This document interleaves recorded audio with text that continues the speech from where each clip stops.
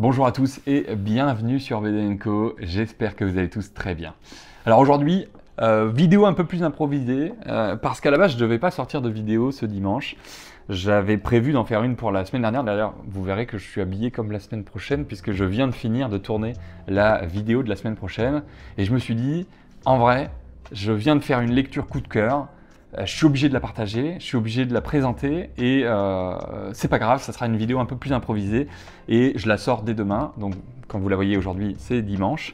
Et cette lecture, c'est Carcajou. J'ai passé un extrêmement bon moment ce matin en la lisant et je me suis dit, il faut absolument que je la filme et que je vous la présente. Je sais que ça a été présenté par beaucoup de mes confrères amateurs de BD et vidéastes sur YouTube, mais j'ai adoré cette lecture et donc je souhaitais absolument vous la présenter. Donc Carcajou de El Diablo et Gillian Desroches, ou Desrochers, je ne sais pas.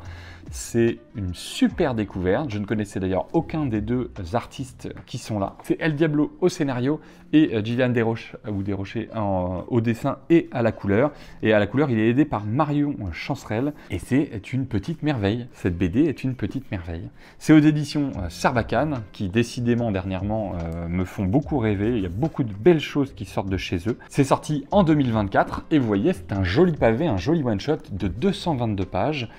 Avec un format un petit peu plus petit que les BD classiques. Alors, pour ceux qui ne vont pas être spoilés pour la semaine prochaine, je la mets derrière. C'est voilà, la taille d'une BD un peu plus normale de nos jours, de chez Dargaud notamment. Voilà, on voit que c'est un petit peu plus petit, c'est à peu près la taille d'une BD à l'ancienne, un Yakari, un Tunique Bleu, ce genre de choses. Bref, Carcajou, qu'est-ce que c'est et pourquoi c'est un coup de cœur? Carcajou, c'est l'histoire de cet homme. Carcajou, on l'appelle comme ça, Gus Carcajou. Dans le Grand Nord, comme on peut le voir, une vallée, c'est au Canada d'ailleurs que ça se passe. En Alberta, pour être plus précis, et au niveau des années, c'est en 1895 que débute cette histoire. Même si on a une histoire qui débute un tout petit peu plus tôt, avec une préface juste ici qui nous présente les deux personnages principaux, Gus Carcajou, cet homme qui semble être un sorte de trappeur qui a hérité d'une magnifique vallée. Et justement, ce deuxième personnage, qui est en fait cette vallée, cette montagne, il va nous suivre tout au long de cette histoire et qui va évoluer tout au long des saisons et de l'histoire, bien entendu. Alors pourquoi ce cher Gus, on l'appelle Gus Carcajou, ou juste Carcajou d'ailleurs? C'est que quand il a pris possession de sa terre, justement, que l'Indien vient lui donner, puisqu'en fait Gus Carcajou est le fils d'une Indienne et d'un Européen. Et donc, quand il va s'installer pour essayer de chercher des pépites d'or, eh bien, il va se retrouver au bord de la rivière, nez à nez, avec un carcajou, justement, cette espèce de bête. Ça s'appelle aussi un glouton, c'est un sorte de petit ours qui est très vorace, et d'où son nom glouton d'ailleurs, qui n'hésite pas à s'attaquer d'ailleurs à des proies à 2 à 3 fois plus grosses qu'elle. C'est vraiment un animal qui est vraiment très très agressif, qui est carnivore, et donc qui s'attaque à ce cher Gus. Et Gus arrive à s'en sortir, a failli mourir bien sûr, mais il s'en sort et il va à partir de là se transformer en Gus Carcajou, ce qui va porter la peau de bête du carcajou. Suite à ça, on va être téléporté dans le temps et on va se retrouver un peu plus tard. Donc là, on voit déjà que la vallée a évolué, on est passé en hiver sous ce manteau neigeux magnifique. Et on arrive dans la petite ville qui est juste en dessous de la vallée de ce cher Gus Carcajou. Cette ville, elle s'appelle Sinner Gulch. Et on va y retrouver le méchant de l'histoire, ce bon vieux Jay Foxton. L'histoire débute alors réellement, puisqu'on va suivre ce petit village qui est en fait quasiment géré par Jay Foxton. Il a tout l'argent, il a toutes les richesses, et du coup, il dirige toutes les personnes les plus importantes, le maire, le shérif, ben bref, il a tout le monde à sa botte. Et en fait, on comprend très rapidement, dès les premières pages, qu'il est en train d'arnaquer à peu près tous les gens qui ont des terres sur cette ville pour pouvoir tout simplement leur racheter la terre et débuter le lancement de ces puits de pétrole, puisque c'est l'époque où le pétrole devient l'or noir, devient beaucoup plus intéressant à sortir que justement d'aller chercher de l'or. Et donc il va un peu arnaquer tout le monde, tuer si besoin d'ailleurs, hein, et évincer les gens de leur propriété pour leur racheter à un prix ridicule. Et bref, se créer son propre empire, l'empire des Foxton. Bien entendu, la vallée de ce bon vieux Gus Carcajou est remplie de poches de pétrole Il est donc très intéressé pour aller lui acheter sa vallée, hein, tout simplement, sa forêt.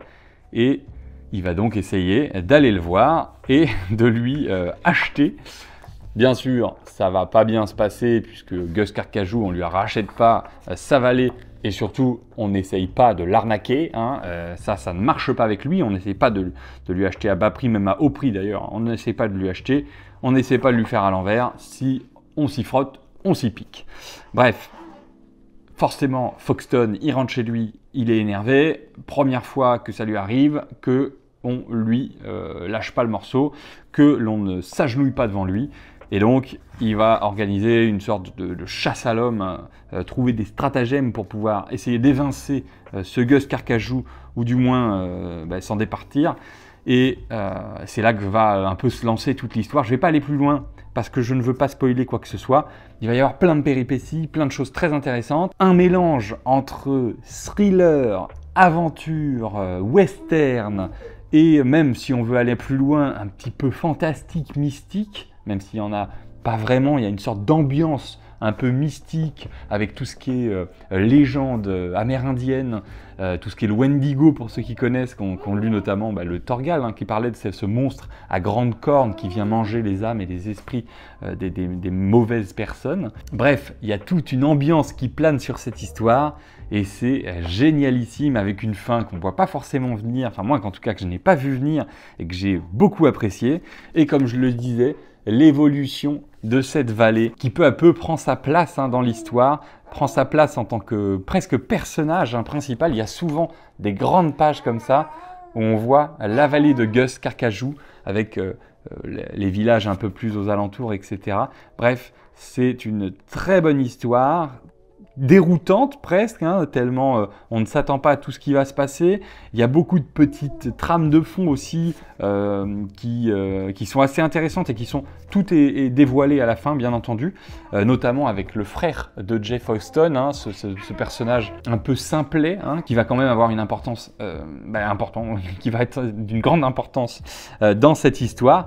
Bref, tous les personnages sont, et c'est là pour moi la plus grosse force, tous les personnages sont vachement bien écrits. C'est un superbe travail digne du plus grand film ou du plus grand livre, de la plus grande BD. C'est génial. Ils ont tous, on sent d'ailleurs que le background de chaque personnage, donc l'historique, l'histoire de chaque personnage a été travaillé, que ça a été réfléchi, qu'ils ont mis du temps à créer chacun des personnages, leur caractère, leur histoire, qu'est-ce qu'il y a derrière, pourquoi ils ont ce caractère-là, pourquoi ils sont devenus comme ils sont actuellement, etc. C'est très intéressant, c'est génial et surtout ça amène une profondeur au récit qui est hyper intéressante. Il n'y a quasiment aucun personnage secondaire qui n'a pas, il n'y en a même pas je crois, qui n'a pas ce travail de fait dessus et c'est ça qui est aussi impressionnant parce que souvent c'est juste les 3-4 personnages principaux qui ont un peu plus de profondeur et puis tous les personnages qui vont graviter autour vont avoir juste un tout petit peu d'éléments qui vont être présentés, un tout petit peu d'éléments qui vont être racontés. Là, on a au moins une 10-15aine de personnages avec vraiment un historique autour. On les voit revenir. On comprend qu'il y a quelque chose derrière, on a envie de chercher, on a envie d'aller plus loin, on a envie d'un petit peu mettre les pattes dedans pour un petit peu investiguer en fait avec l'histoire. Et du coup, ça nous amène beaucoup d'intérêt en fait parce qu'on fait partie du récit. On est là pour investiguer, pour comprendre cette histoire et pour découvrir de plus en plus ce qui se trame derrière. Et ça, j'ai trouvé ça très prenant en fait. Et c'est ça qui m'a scotché, c'est qu'il y a 222 pages, ça se lit d'une traite. On ne peut pas s'arrêter de le lire. C'est c'est génial, c'est vraiment super. Malgré le fait d'ailleurs qu'il y ait des chapitres, on peut se dire tiens, je vais m'arrêter à chaque chapitre, je vais respirer un petit peu, sortir la tête, essayer d'y réfléchir. Bon là, il n'y a que 2 chapitres finalement, je pensais qu'il y en avait plus. Il y a 2 chapitres, 2 parties, on va dire, ils appellent ça comme ça, deuxième partie, première partie, avec des superbes belles pages. Et c'est vraiment génial, quoi. On n'arrive pas à se sortir. On a quelques petits moments un peu comme ça pour respirer, mais tout le reste, c'est vraiment en continu. On est complètement embarqué dans l'histoire et ça va à 100 à l'heure, malgré le fait qu'en plus c'est un western, donc ça prend quand même un peu le temps. Il y a vraiment beaucoup d'explications. Entre la présentation et le développement de chaque personnage et les différentes péripéties, En fait, on est toujours nourri de nouvelles choses, de nouvelles informations pour notre espèce d'enquête. Et j'ai trouvé ça vraiment terriblement bon. Bien sûr, le dessin n'en est pas en reste, hein. C'est très joli. Alors, c'est pas du tout réaliste pour le coup. Là, on est vraiment sur un dessin assez particulier. Je pensais ne pas apprécier le dessin et au final, j'ai adoré. Il y a énormément de détails. C'est assez impressionnant, surtout dans la nature d'ailleurs. On voit tous les arbres, toutes les feuilles, presque les aiguilles de chaque pin. Il y a juste certaines pages où à chaque fois qu'on se rend compte qu'on voit les personnages de près, en sorte de gros plan, il n'y a pas d'arrière-plan. Mais bon, en même temps, on ne peut pas lui en vouloir. Il y a 222 pages à faire quand même, avec toutes les pages où il y a par contre un background. Là, on sent qu'il a pris du temps pour tout bien faire. D'ailleurs, c'est aussi les pages de la ville, pour le coup, qui sont à chaque fois super belles. Vous voyez cette grande page avec beaucoup de détails, beaucoup de texture qui est ajoutée aux différents éléments. C'est très intéressant, c'est très agréable à lire. Et puis ces personnages qui, à la manière de plein de très bonnes BD, en fait, sont aussi incarnés par le dessin. Ils ont un caractère qui est lisible dans leur dessin, dans leurs expressions faciales, dans leurs traits physiques aussi, hein, avec notamment ce shérif et son énorme nez et ses grandes oreilles qui sont reconnaissables à mille lieues. Ce Gus Carcajou justement avec cette gueule complètement sauvage, hein, et puis avec toutes ces cicatrices dues à sa bataille contre le Carcajou. Ce frère, voilà, ça spoil, non ça spoil pas, c'est bon. Ce frère de Jay Foxton, un peu benet, mais on sent que c'est une force de la nature ce type. Et puis il a cette cicatrice là qu'on essaye de comprendre tout au long de l'histoire. On sait que s'il y a cette indication là, cette cicatrice là, c'est pas pour rien. Et d'ailleurs, c'est pas pour rien parce que l'histoire nous le prouve. On va apprendre pourquoi il a cette cicatrice-là. Qu'est-ce qui fait qu'il est comme ça. Et il y a plein de choses comme ça où en fait, si on fait une relecture, on comprend mieux. On découvre que chaque détail dans le dessin a été apporté pour quelque chose. Il y a plein d'indices. Il y a plein d'indices tout au long de la BD sur plein de personnages, sur tout ce qui s'est passé, sur leur histoire justement. Et je l'ai refeuilleté justement, parce que j'ai pas eu le temps de le relire, mais je l'ai refeuilleté juste après l'avoir lu, puisque on découvre toute l'histoire, tout le poteau rose à la fin. Et là, je l'ai refeuilleté. J'ai revu plein de petits détails qui m'avaient marqué quand je l'ai regardé au début, mais que j'avais oublié durant la lecture. Et qui sont en fait super importants. Dans chacun des détails, il y a une histoire qui se cache, il y a un indice pour aller plus loin. Et je trouve que c'est génialissime. Et c'est très beau, moi j'ai adoré. Les couleurs sont aussi très très réussies. Tous les ombrages, toutes les lueurs, etc. J'ai trouvé ça très très bon. C'est vraiment un gros coup de cœur. Il y a juste un moment où il n'y a pas de couleur, mais c'est normal, c'est parce que c'est pour revenir dans le temps, pour nous amener un petit peu plus d'éléments sur l'histoire et sur le passé de certains personnages. Mais c'est vraiment génial avec les différentes évolutions de cette vallée justement qui, je dis, est un personnage quasiment en tant que tel, hein.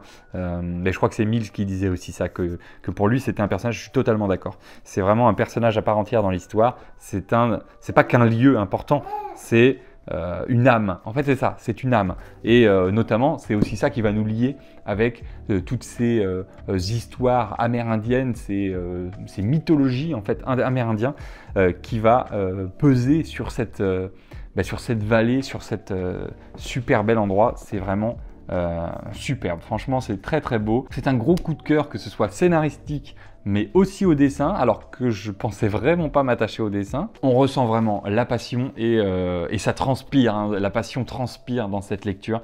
C'est un gros coup de cœur, peut-être une de mes lectures préférées de l'année. On verra en décembre quand je ferai le point, mais c'est superbe. Je vous le conseille à tous. Carcajou, un mix entre thriller, enquête, western, fantastique, presque imaginaire, les Amérindiens, leur mythologie, leur culture, etc.